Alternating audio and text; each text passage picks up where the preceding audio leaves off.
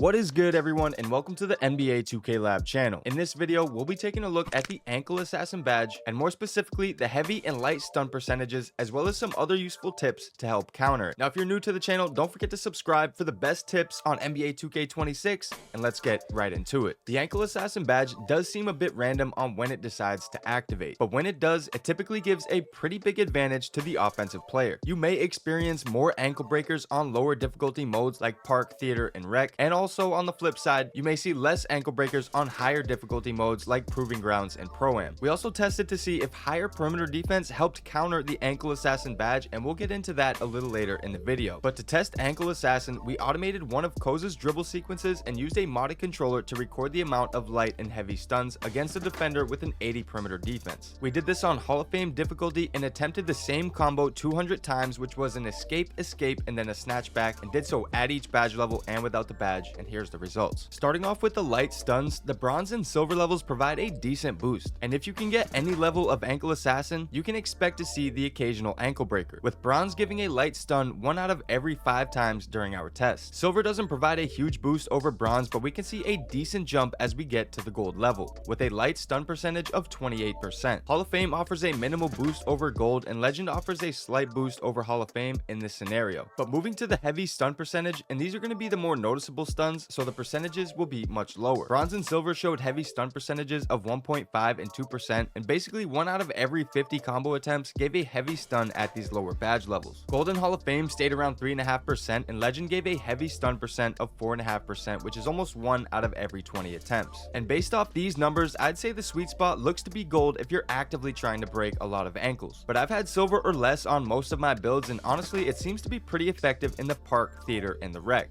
And when I dribble, I don't look to break ankles, it just kind of happens, so at the very least, I recommend trying to get at least the bronze level. And silver is good for any builds that are going with at least an 85 ball handle. Now lastly, we wanted to see if having a higher perimeter defense rating could negate some of the effects of Ankle Assassin. So we tested this badge at the Legend level against 4 different levels of perimeter defense, and here's what we found. Essentially, weaker defenders are significantly more vulnerable to this badge, and even at a 75 perimeter defense, there isn't much improvement from a 25 perimeter defense. But elite defenders with 99 saw far less stun percentages overall, so if you find yourself getting stunned often, you may need more perimeter defense to help counter it. It's also worth mentioning that the on-ball menace badge had no effect on ankle breaker frequency. Now that is all we have for the Ankle Assassin badge, and I hope you guys found this video helpful, and if you did, don't forget to drop a like. Thank you all for watching. It's been Spill, and I'm out. Later.